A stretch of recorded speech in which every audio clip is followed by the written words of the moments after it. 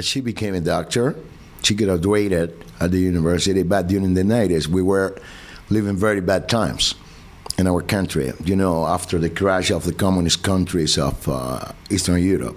So there was no economy. It was a ripple effect, big time, right back to Cuba. Yeah, it was like a boomerang. Immediately after the crash of the Soviet Union, everything got down. Even there was no Soviet Union anymore. And then all the businesses of the Castro's government was with the Eastern Europe countries. So everything collapsed. And suddenly the country that had a steady life became a kind of nightmare. We had no money, no foods, nothing. And then Castro had no choice but open the doors of the country. When you have never lived in a communist country, but imagine, I don't know, read one more time Orwell. It's the same thing. Well, of course, 1984 or Animal Farm. It's a joke in certain sense, but what he wrote is proper. Right, it's a reflection of some of the realities of living behind the Iron Curtain. Yeah, it's a reflection of what really happens, but it's not that bad, of course, because there are things that he didn't mention, such as independence and this kind of stuff. And the fact that in our case, we were during a long time under the foot of the Americans, and we don't want Americans anymore in our country. We want them as friends, same as you and me. We are friends, okay? We want to keep our independence. But what happened was that collapsed the whole economy. And for the first time in my life, I saw the prostitution, because emerged. Emerged, the prostitution. In fact, Cuban ladies are spicy. If a lady likes you, forget it. She's going to get you, definitely. Because, but in terms of freedom, but never saw the prostitution. Well, my friend became a prostitute because she had a small kid, and she needed to feed the kid. And then she became a prostitute. With a Spanish old guy, she got AIDS. And then there's a song that I wrote about this history. Right. These are some of the lyrics, basically. It's a very good lyrics. And thanks God, she won't die. I don't know what's the name or what's the term in English. When you have the AIDS, but you only transmit the virus, but you won't die of the disease. I think it's just when you have the HIV without the full-blown AIDS, I think. Yeah, you have the HIV, but you are not an AIDS. Right. Yeah, this is a problem. So, thanks God, she won't die. The kid is already 16 years old. She came back to the medicine, and she's teaching the people about her disease. And it's a very nice story, and she was a beautiful lady. We used to be together. We got an affair, but I'm talking about 30 years ago. And but this is one of the songs, and I write music like this. I want to send a message to people about what's going on. But at the same time, we play classical music. Let's say in this gig we're going to play about 4 or 5 classics, but new arrangements. Because my point of view is that you have to recreate the music. Yeah, you do nothing. This was the cause of my breakdown or breakaway of World Circuit and Warner. They wanted me to keep doing more Buena Vistas. Look for more old guys and repeat the same thing, play classic with the roomy sound, and for the white intellectuals in Europe, I didn't want to do it. You wanted to evolve your own musical direction. No. What I want is to show the world that diversity of the Cuban music. Because the people started thinking that the only music that we have in Cuba is Buena Vista. I've even heard this man plays Buena Vista. It became a kind of brand, or like Coca-Cola. You drink Coca-Cola. Yeah. Buena Vista was a great thing, but it's not. It's just a tiny sliver, tiny bit of what we have in our country. So I wanted to introduce people of young generation, and I did it.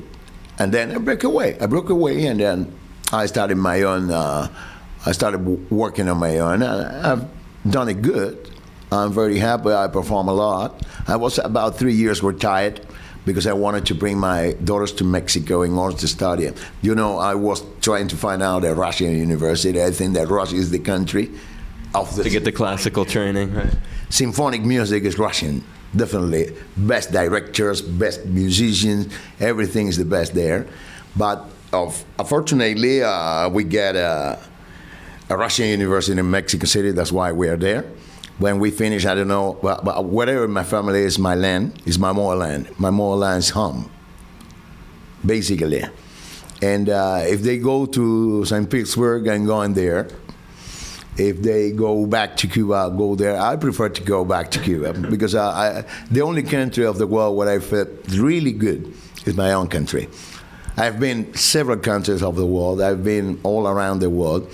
I've been living in Mexico, in London, and different Europe, Russia. I studied in Russia, but I've never been so happy as in my country because I don't know, the blue sky, the people's warm.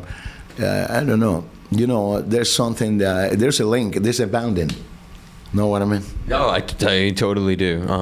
And as a sort of final question for you, and I'll let you get on with your busy night.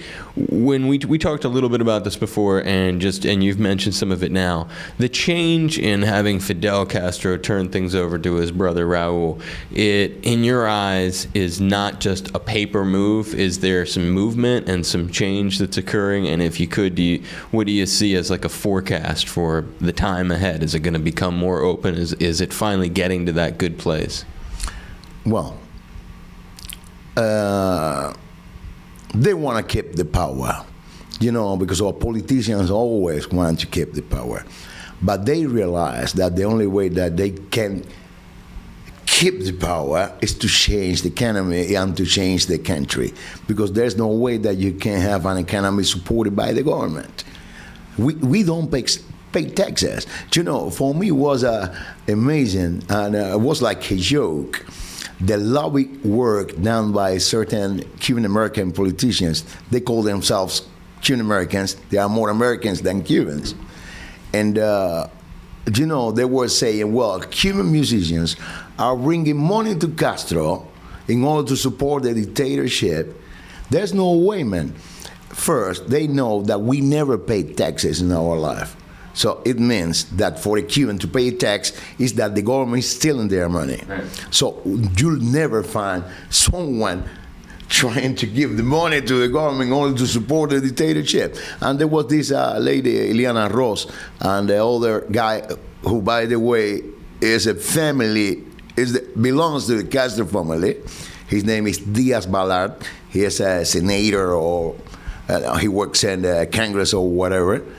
And they were saying that the Cuban exchange, cultural exchange between Cuban America was given was funding their government there. Founding the Cuban government. Well, at the end, I think that everything is going to change because there's no choice. They're trying to make a kind of Chinification of the economy. I think that the way that they will like to follow is the China's way, which works in certain sense.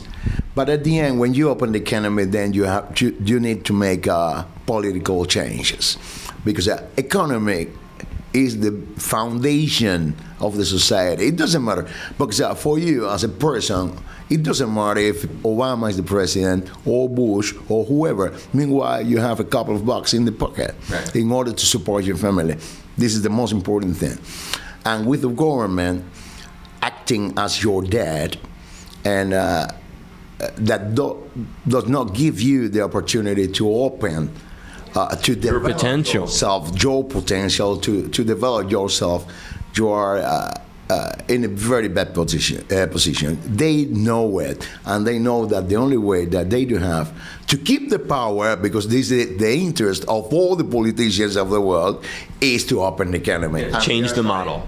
So they are starting the changes, and right now they are, of course, step by step, because they don't want to lose the power. They don't want something like in Egypt or Libya or Tunisia or whatever.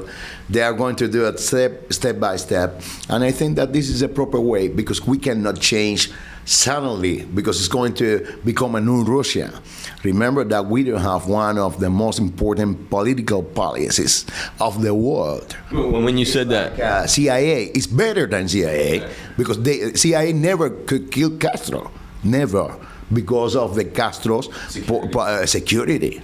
When you said that, I had actually been to the Soviet Union back in the 80s when it was still the Soviet Union and communists, and I remember, I am familiar with what you talked about, and I never thought of the impact on Cuba, that when the Iron Curtain came down, actually people used to have to wait in lines, but there was more stability than what happened right afterwards, where there was just absolutely nothing, and I can imagine the trickle down to how that would have affected Cuba too. Mafia, we can create one of the most terrible mafias of the world, because Cubans are not Mexicans. Right. We are prepared people. We have never had great videos or DVDs. We did have universities. The people can speak 3-4 languages. If you find a taxi driver, he's a doctor, he's a lawyer, he's a very people capable to do things. And then if we make a sudden change, I'm absolutely sure that the political police and they are going to become la mafia, and you are going to have a mafia really nearby. They are going to send all drugs to America. It's going to be worse. So we need a gradual change, and that's why I hope that's going to happen. I think that in about 20-25 years, Cuba is going to be back to the place that we had in certain moments of the history, but without the foot of the Americans on top. With a truly independent and vibrant society where people can experience their potential. Hey, man, I hope we don't have to wait 25 years to be hanging on the beach there together, though, Brother Juan. Oh, yeah, I hope I hope that you can go even before. I think that you can go to Cuba in a couple of years, or in 1 year if you want, because you can ask for the special permission. I hope that Obama, who is a smart guy, is going to open the doors, because this is the only way. For me, it's ridiculous that this country, because I've read all what your father founders wrote, and they fought in order to create a free country. And the fact that people like Bush or the politicians can't stop your freedom, it's they are stealing your human rights. You got it, dude. I love the lyrical theme. You really did give me some insight into what must be going on in the songs. Thank you, my brother. It has been a real pleasure. I hope this was a fun interview for you too. It's a pleasure. Ciao, señorita.